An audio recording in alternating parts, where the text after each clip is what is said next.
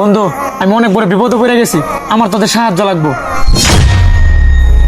কিসের সাহায্য? আমরা কি সাহায্য দোকান খুলে বসি নাকি? আরে বেটা, বাবু হইতেছে আমাদের বন্ধু, আমরা যদি ওর সমস্যার কথা না শুনি তাহলে কেটা শুনবো?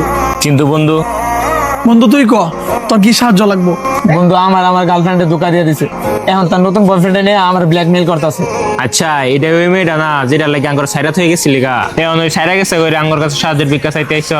শালা স্বার্থপর কোথাকার। শ্রাবণ, তোর মনে আছে কি একবার তোর আম্মা মাঝ রাতে স্ট্রোক করছিল, তুই কিন্তু তখন এলাকার বাইরে আসছিলি, তখন তোর আম্মারে নিয়ে হাসপাতালের ভিতর দৌড় কিন্তু এই বাবুই পারছিল। আর একটা কথা মনে রাখিস, আজকে যদি তোর আম্মা সুস্থ থেকে থাকে তাহলে কিন্তু ওরও ছেলে সুস্থ আছে। ওই দিন কিন্তু তোর আম্মার বাঁচানোর পিছনে ওর কোনো স্বার্থ ছিল না, ওই কোনো স্বার্থ ছাড়াই সবসময় আমাদের পাশে ছিল। আর এমন স্বার্থ ছাড়া বন্ধুদের জন্য শুধু সাহায্য না, জীবন পর্যন্ত দিয়ে দেওয়া যায়।